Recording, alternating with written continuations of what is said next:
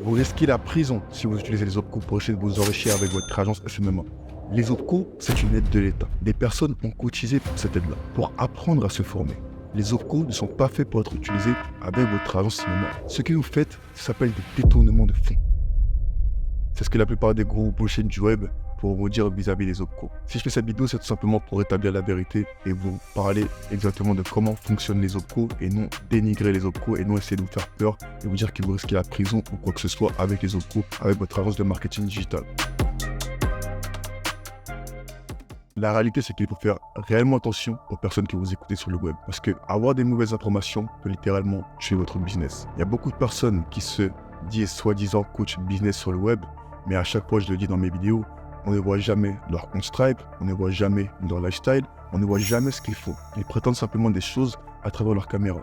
Mais on ne peut pas savoir si ces personnes-là ont réellement un business qui tourne à plus de 10 000, 20 000 ou 30 000 euros.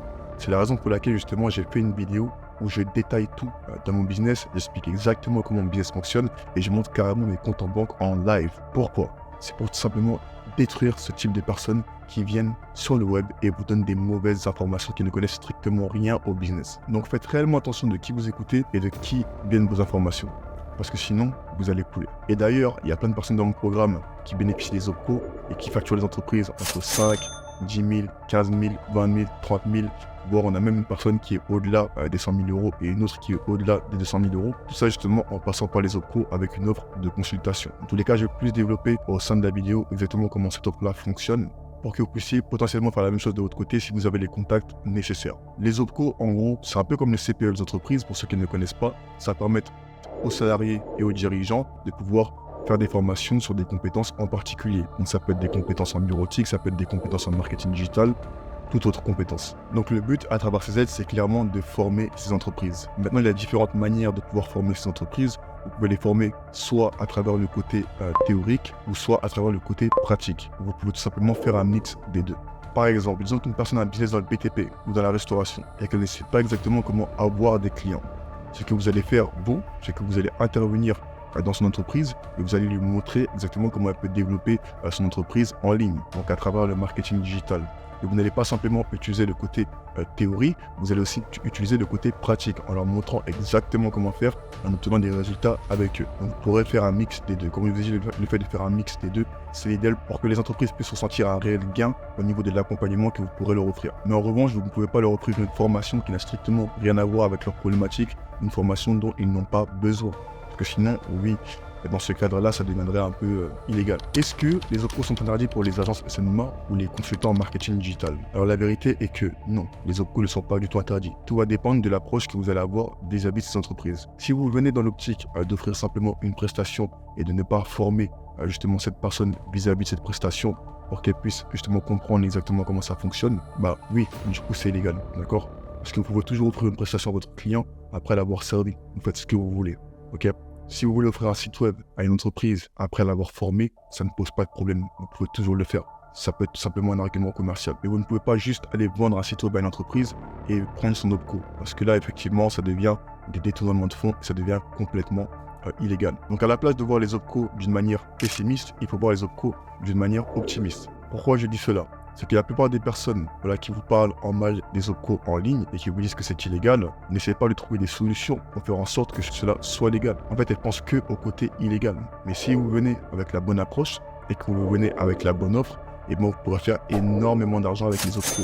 Il y a des personnes qui facturent des consultations à des entreprises liées au marketing digital à des prix dont vous n'avez pas idée. Tout ça parce que les entreprises ne financent pas un seul euro de leur poche. Et oui, leur consultation permet à cette entreprise de se développer et il y a un réel échange de valeurs, donc ce n'est pas illégal. Parce que si demain, l'État ou un contrôleur appelle les entreprises pour savoir si elles se sont réellement formées sur quelque chose, et ben ils vont tout simplement approuver, d'accord? Donc les OPCO ne sont pas illégales. Si vous agissez en tant que consultant, dans tous les cas dans mes vidéos, je l'ai énoncé que maintenant, la nouvelle manière de faire du marketing digital, c'est vraiment de maîtriser en quelque sorte une expertise et d'agir en tant que consultant pour pouvoir aider ses clients. Donc si vous voulez agir en tant que consultant ou en tant qu'agence de marketing et que vous voulez apporter justement un accompagnement à ces entreprises, et par derrière leur offrir une prestation de service, ce n'est pas du tout illégal. Vous faites ce que vous voulez. Vous pouvez bien travailler gratuitement pour les entreprises. Alors pourquoi vous ne pourrez pas offrir ensuite par derrière à ces entreprises en plus? Vous faites littéralement ce que vous voulez. C'est juste une manière de voir les choses. Il ne faut pas voir les choses que du côté négatif, il faut voir le positif des choses. Il faut surtout avoir la bonne approche. Dans le business, un entrepreneur à succès, à la place de se dire que quelque chose ne va pas fonctionner, il va essayer d'optimiser les choses pour que cette chose-là fonctionne. Donc tout est une question de deal que vous allez faire avec votre client et de la manière dont vous allez le faire. Si vous faites de la mauvaise manière, oui, bien évidemment, ça va être littéralement illégal. Comment bénéficier des OPCO avec votre agence SMA ou en tant que consultant? Alors, premièrement, il vous faut un centre de formation. Un centre de formation qui est certifié Calliope. Si vous n'avez pas le centre de formation, vous pouvez collaborer avec les centres de formation avec un NDA et non un NDNA. Et voilà, il y a beaucoup de personnes qui font cette erreur-là avec un NDA, tout simplement pour pouvoir agir en tant que sous-traitant. Être sous-traitant, c'est complètement légal. Alors oui, les centres de formation avec qui vous allez collaborer vont vous prendre des certains frais parce que tout simplement eux ils travaillent pour ça, ils ont construit leur centre de formation, ça vaut cher de faire un centre de formation, ça vaut cher d'obtenir toutes ces certifications, donc vous imaginez bien que comme tout business c'est un échange de valeur. Si vous voulez bénéficier de leur certification, il va falloir justement abandonner un pourcentage de certains dossiers OPCO que vous allez leur apporter, ce qui est totalement normal. Comment délivrer votre accompagnement à ces entreprises? Donc, il y a différentes manières de délivrer vos accompagnements. Vous pouvez le faire tout simplement à travers des formations vidéo, vous pouvez le faire à travers des coachings individuels. Donc, si vous souhaitez le faire à travers des formations vidéo, il y a plein de plateformes que vous pourrez utiliser. Il y a School, Podia, Kajabi, etc. Vous pouvez upload vos formations dessus et justement les partager avec les entreprises et les former en parallèle. Toujours essayer de faire de la théorie et de la pratique, comme je l'ai dit, pour que la formation soit vraiment conforme et qu'il y ait réellement de la valeur apportée. Dans tous les cas, vous pouvez délivrer votre accompagnement de la manière que vous voulez, du moment que l'entreprise a l'impression que vous lui apportez réellement de la valeur et qu'elle a réellement l'impression de se faire former.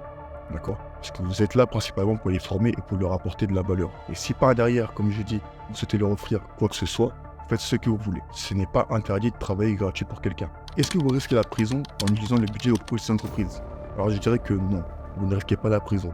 Vous risquez simplement la prison si vous utilisez leur budget au co juste pour faire de la décaisse, c'est-à-dire prendre leur budget, ne rien leur délivrer par derrière et partir et faire du business avec elles. Oui, là, dans ce cas-là, vous risquez la prison, ça s'appelle des détournements de fonds. Mais si vous venez dans l'optique de les aider, de leur apporter de la valeur, vous ne risquez pas du tout la prison.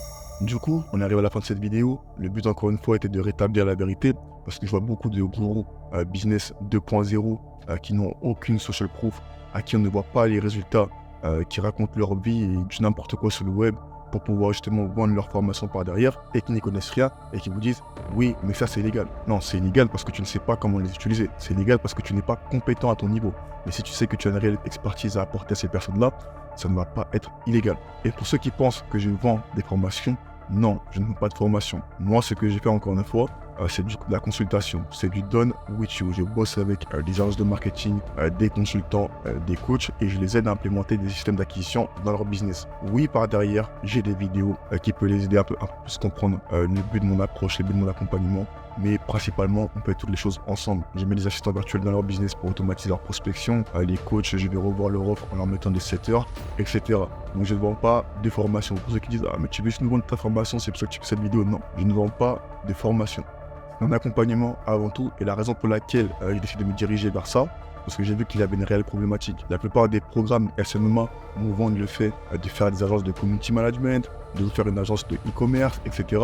Mais tout ça, il y a une manière de le faire. Il y a des approches à mettre en place, il y a des systèmes aussi d'acquisition à mettre en place pour que vous puissiez obtenir des clients de manière prédictible. Et ça, moi, je suis passé avec mon agence de marketing digital où j'ai pu bosser avec les plus grands de l'industrie, JD Sport, Iron Shark, Puma, Foot Locker, et j'en passe. Dans tous les cas, pour ceux qui me suivent depuis très longtemps, vous avez vu sur ma chaîne YouTube que j'ai bossé avec une multitude de clients. Et justement, après avoir traversé tout ça, j'ai décidé tout simplement de faire un programme qui me permettrait de collaborer et de prendre des pourcentages sur le business des autres. Et en plus, leur mettre en place des systèmes d'acquisition prédictibles pour qu'ils puissent bien dormir la nuit. Parce que je sais que la chose la plus terrifiante en tant que propriétaire d'agence, coach ou consultant, c'est de ne pas savoir d'où va venir votre prochain client. Donc voilà pour moi, j'ai fini tout mon discours et on se dit à la prochaine pour un prochain banger. Ciao, ciao.